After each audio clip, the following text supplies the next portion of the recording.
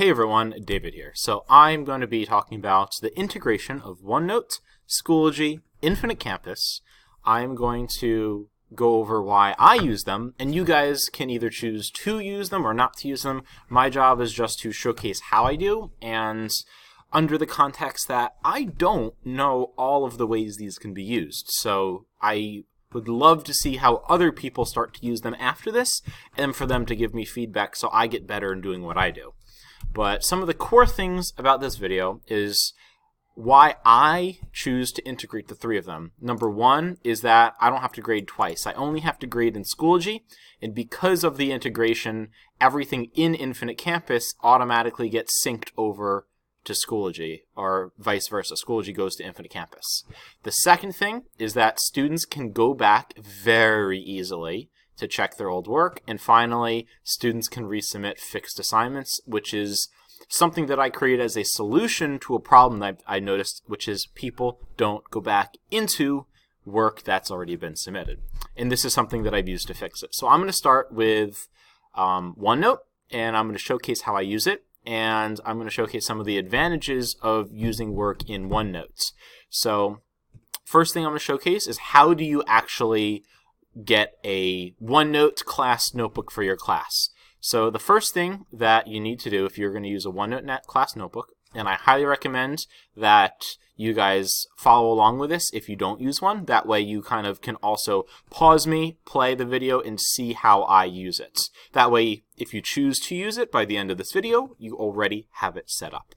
So what you're going to do is you're going to go into your courses, and you're going to select whatever course that you'd like to make a notebook for. So I'm going to go into my M-Day students, and in my M-Day students, you're going to notice at the top, I actually have all 5 of my sections linked up here.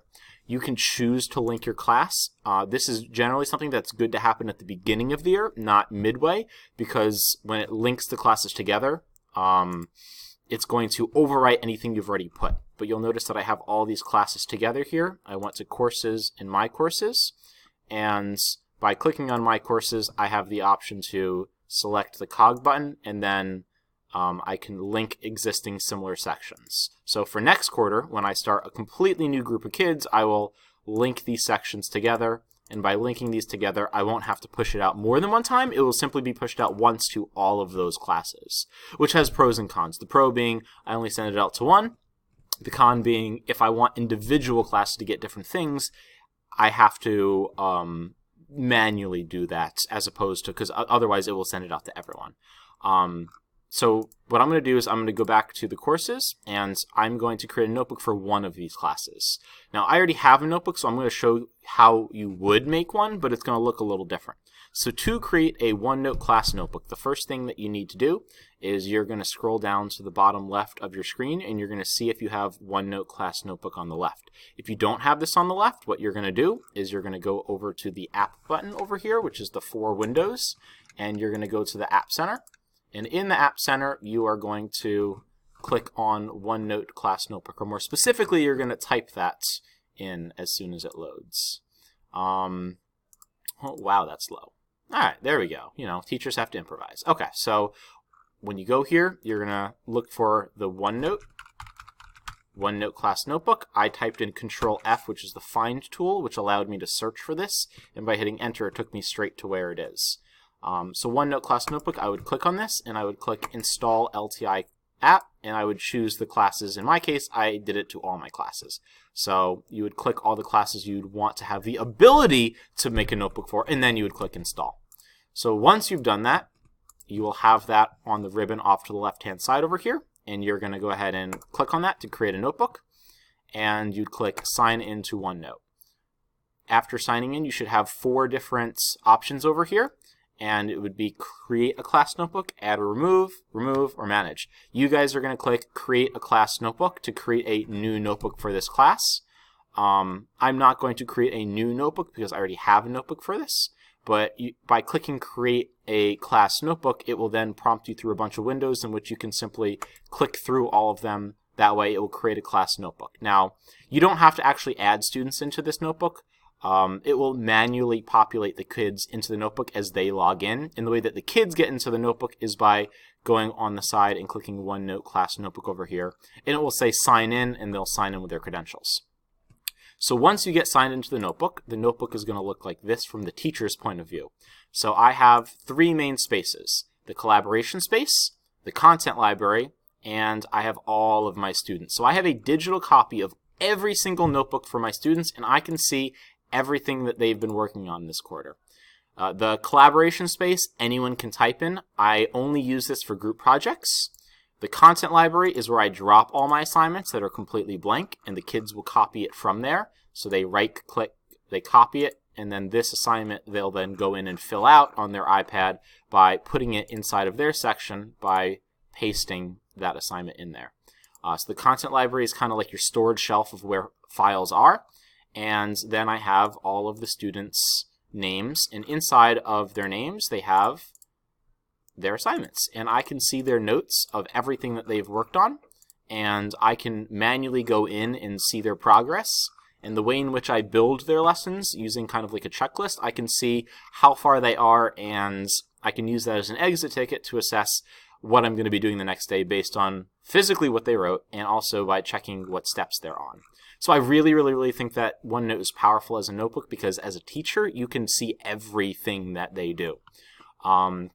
So going back to my original PowerPoint, OneNote, the way that you create the notebook, I just showcased, and I think that it's fantastic because I, as a teacher, can see it, but not only you as a teacher. Let's say you're working on the crappy lesson over here, 1.3, or let's say this is a history lesson or a math lesson, and this is in Unit 2 or Unit 1, and you want them to go back to something they did 10 weeks ago. They simply scroll up to that lesson, whether you have 100 here or you have 5, and you find it, you click it, and you'll notice that this tab is always visible while you're working on something. You have the ability to hide certain stuff. You can full screen it to get rid of it. But while you're simply working, every single old lesson is still visible. So you can tell them for a question, go back to question 1.2 and use that. And they just click there. There's no flipping. You can use it. Or better yet, something that's super cool about using OneNote is that if you wanted to look for, let's say, the word mimic. Let's say this was a vocab word you were trying to look at, and you were in this lesson, a completely different lesson. You can use the search tool, type in the word mimic, and then it will find exactly where that word is, and it will take you there. So you can search through an entire notebook and find those notes that perhaps you lost. Or for a student's perspective, they're looking for an old vocab word that they forgot, tell them to search for it. Then it's on them to look it up, as opposed to them needing to ask you. It's putting more of the stuff on them, and that's how I use it, and it's been working phenomenally that way, where I tell people, hey, what am I, a dictionary? No, you go look it up. You have the notes, use the tools that I've taught you to use. And that's been working really well, so I'm really proud of that. Additionally, submitting work. So they work on everything in OneNote, and when they are completely done with what they've worked on in OneNote, they will submit this to Schoology. So what that looks like is they are going to send a copy of this document to Schoology, which is where I'm going to grade it. So this is where the integration part comes in. So they're working on this lesson, they've completely finished it, they've checked all the boxes, they've finished their vocab, and they're ready to submit the assignment. So on the iPad, where they're going to be working on this, they have a share button on the top right, and they're going to click on the share button, and they're going to say, which app would you like to share it to? Now this is the computer view, so it looks a little different. But they would click share, and they'd click send to another app, and they'd click on the Schoology app. Then, when they click on the Schoology app, when they go to Schoology, they'll see all their courses. They'll select which course they're going to submit it to. They're going to click in the folder or wherever you guys put your assignment, and they would then be able to submit that assignment to whatever you turned it in. So let's say you wanted to turn this into an assignment, but you didn't know how to make an assignment. Well, that's exactly what the next part of the video is on, creating an assignment for a student to turn it in.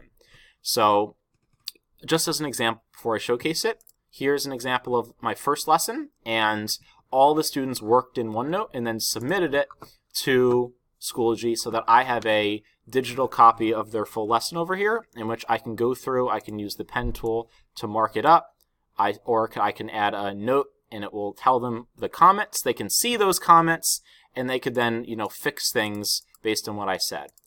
If you don't want to manually grade in there, what I sometimes will do is I will, in the grade column up here, I will put a comment, and that comment will tell the kid what he may have gotten wrong, and then they can fix it based on it, and they can resubmit it. So let's go to a student who doesn't have a 10 out of 10. So they'll notice that I put the reasoning as to why they didn't get a 10 out of 10 up there, and they can see that, and then they can fix that assignment and resubmit it when they fix it. That way they are improving their work, they're going back to it, and that's one of the powers of using this as a tool, because it's so easy for them to resubmit work. There's no changing of hands, and I can digitally write the comments that they can see on their iPad 24/7. So they simply resubmit it the same way. They go back into their notes, which is untouched. They read my comments. They go and they fix over here what they may have gotten wrong, and then they share it again to submit it back to Schoology. And as you can see, she's resubmitted it twice. I have students who will resubmit things many, many times. 3 times over here, and by allowing this method, I'm getting resubmissions and I'm seeing the progress. You're going to notice even from September to today, people are resubmitting work to improve it because I built a system that lets them do that. And I'm not saying this is the way that you need a grade, but I'm saying for me, this has fixed the problem of getting kids to improve their work and learn from their mistakes. Kind of like test corrections on a math test, but over a longer period of time. So back to Schoology. So in order to create one of these assignments, what you guys are going to do is you're going to click whatever class you want an assignment in. You go to Add Materials, and you click Add Assignment. So let's say this is your social studies. You want them to turn in a worksheet they did. So you call it Worksheets 2.1, let's say American Civil War, number 1. Sure. So all you have to do is you select that this is going to be an assignment. You give it a number of points, and you select when it's going to be due. So let's have this be due Friday, and that's it. You hit Create, and that assignment you can then organize if you want in a certain spot.